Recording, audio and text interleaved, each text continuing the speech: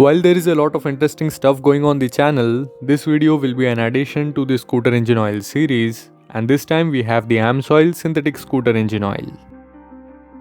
We have already shared our experience with the AMSOIL 10W30 synthetic engine oil in the past, which was indeed a good experience, but when we enter the premium scooter engine oil space, we already get to see some quality competition. I would like to begin with an interesting observation, where the AMSOIL synthetic scooter engine oil meets with the JSO MA2 standards, which is not common in engine oils made for gearless scooters. Personally, we have used a lot of JSO MA2 synthetic engine oils in scooters, and they have exceeded our expectations. In fact, until recent times, manufacturers used to recommend the same, like we can see the TVS True 4 JSO MA2 engine oil recommended on the oil cap of the Vigo. The AMSOIL synthetic scooter engine oil did perform well on the daily commute that the Vigo takes. However, the efficiency with this engine oil is not so good under heavy traffic influence. But things change when we take it on highways, where improvement in both efficiency and performance can be felt even if you cross the economy speed zone.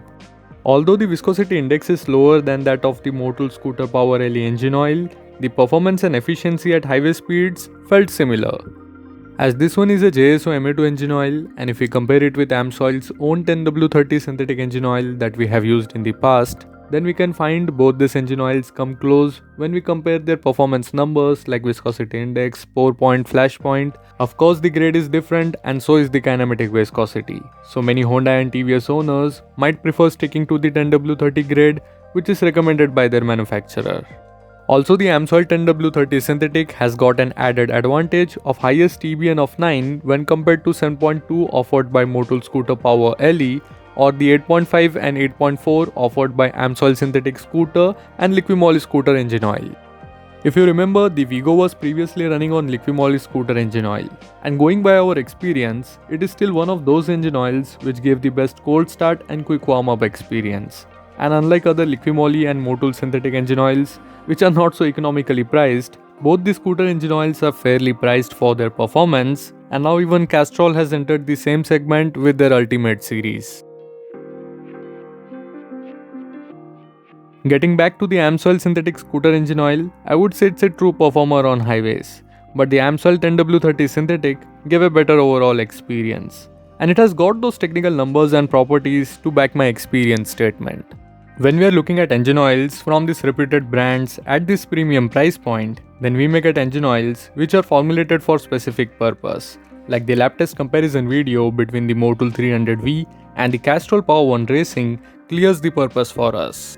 I do take inputs from the users and their comment on the channel, where we can place the Motul Scooter Power LE in the performance zone. While the AMSOIL 10W30 synthetic is for those who wish to use a synthetic engine oil in their engine but want to stick to the 10W30 grade. And the Liqui-Moly scooter engine oil kind of sits in the Goldilocks zone by balancing the value with performance and price.